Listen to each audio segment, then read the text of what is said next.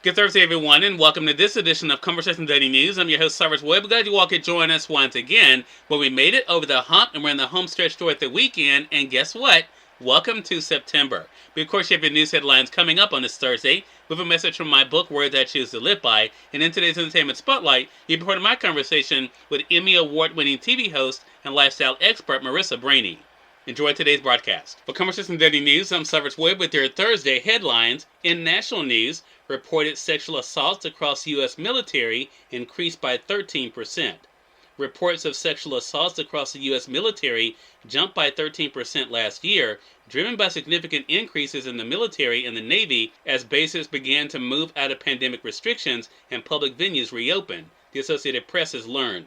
Mirroring the increase of those reports is a disclosure that close to 36,000 service members said in a confidential survey that they had experienced unwanted sexual contact, a dramatic increase over the roughly 20,000 who said that in a similar 2018 survey, U.S. defense and military officials said.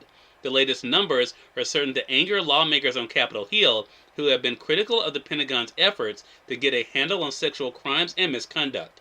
According to officials, the overall increase is largely fueled by a nearly 20% jump in reports involving Army soldiers. It's the largest increase for that service since 2013, when such reports went up by 51%. The increase in Navy reports was about 9%, the Air Force was a bit more than 2%, and the Marine Corps was less than 2%, said the officials, who spoke on condition of anonymity because the reporting has not been yet made public. The big increase is especially troublesome for the Army, which is struggling to meet its recruiting goals and is expected to miss the target by at least 10,000, or by anywhere from 18% to 25% at the end of September. Army leaders have acknowledged that it is important for parents and others who influence recruits to feel comfortable that their son or daughter is safe and will be taken care of in the service. COVID-19 and the pandemic restrictions made year-to-year comparisons complicated.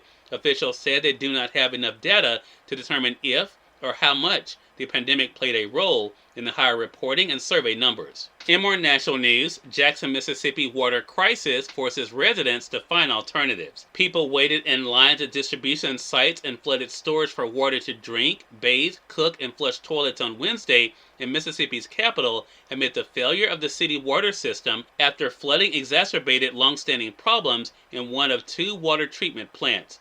President Joe Biden, who the day before approved an emergency declaration for the state of Mississippi, called the Jackson mayor to discuss response efforts, including support from the Federal Emergency Management Agency, the Environmental Protection Agency, and the Army Corps of Engineers. Beyond addressing the immediate crisis, Biden said he wants to provide federal support for the longer-term effort to rebuild Jackson's aging water infrastructure, which has been unreliable for many years. Mayor Lumumba said Jackson's water system is troubled by short staffing and decades of deferred maintenance. He said the influx of water from torrential rain changed the chemical composition needed for treatment, which slowed the process of pushing water out to customers. Even before the service disruption, the city's 150,000 residents have been boiling their drinking water for the past month because officials said it would cause digestive problems. Within the past 2 years, people have lost pressure entirely. A cold snap in 2021 left tens of thousands of people without running water after pipes froze. Similar problems happened again early this year on a smaller scale. In more national news, obstruction now a major focus in Trump documents probe. The FBI investigation into top-secret government information discovered at Mar-a-Lago is zeroing in on the question of whether former President Donald Trump's team criminally obstructed the probe. A new document alleges that government records have been concealed and removed and that law enforcement officials were misled about what was still there.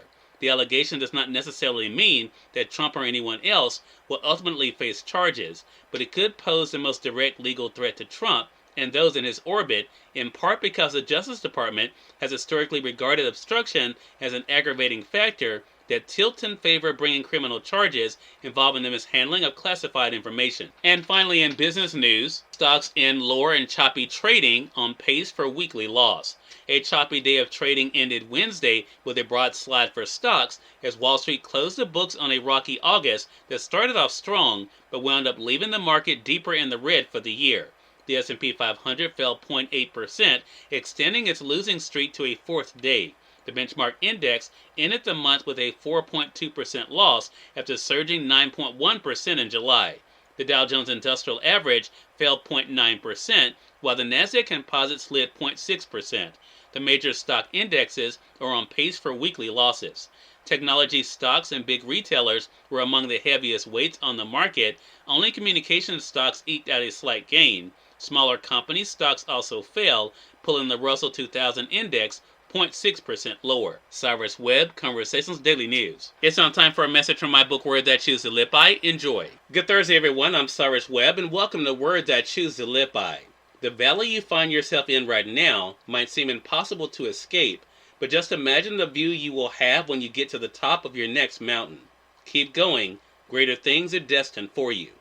Have a great Thursday. Lifestyle expert Marisa Brahney is featured in today's Entertainment Spotlight. We're here on Conversation Daily News. For Conversation Daily News, I'm Cyrus Webb with Entertainment Spotlight. Emmy Award-winning television show host and lifestyle expert Marisa Brahney joined me on Conversations Live, the radio show, to share some great snacks thanks to Blue Diamond. Here's a bit of our conversation. Marisa, glad to speak with you again. Thanks for the time. Thank you so much for having me, Cyrus. I've partnered with Blue Diamond Almonds, Nuts, and Crackers to share the ultimate snack to enjoy on your own or with friends and family, maybe over some football this fall. And that's why we're so excited about this segment, Marisa. So let's talk about this. What are people looking for as we head into fall when it comes to snacking? So interestingly enough, studies suggest that a majority of Americans actually prefer snacking as a regular eating behavior over traditional mealtime. And, snacking can be a great way to help meet your daily nutritional needs, really help us keep our energy levels up throughout the day. So when I entertain, I keep that in mind. I like to build a balanced snack by pairing two food groups like grains and dairy, or maybe veggies and protein. Some examples could be crackers and hummus, cheese and crackers, or an apple with a handful of almonds. Oh, I like that. A good variety. So we know that all snacks are not created equal, Marisa. So what should someone look for when they're picking up a snack? That's so true, Cyrus. And one snack that everyone can get on board with is a dippable snack. So we're often looking for that dippability factor. Now, besides hearty veggies like celery, carrots, or cucumber, the Blue Diamond Almonds, Nuts, and Crackers really offer that heartiness that you want for a dippable snack. And they can be paired with nutritious dips like hummus, guacamole, or even homemade Greek yogurt ranch.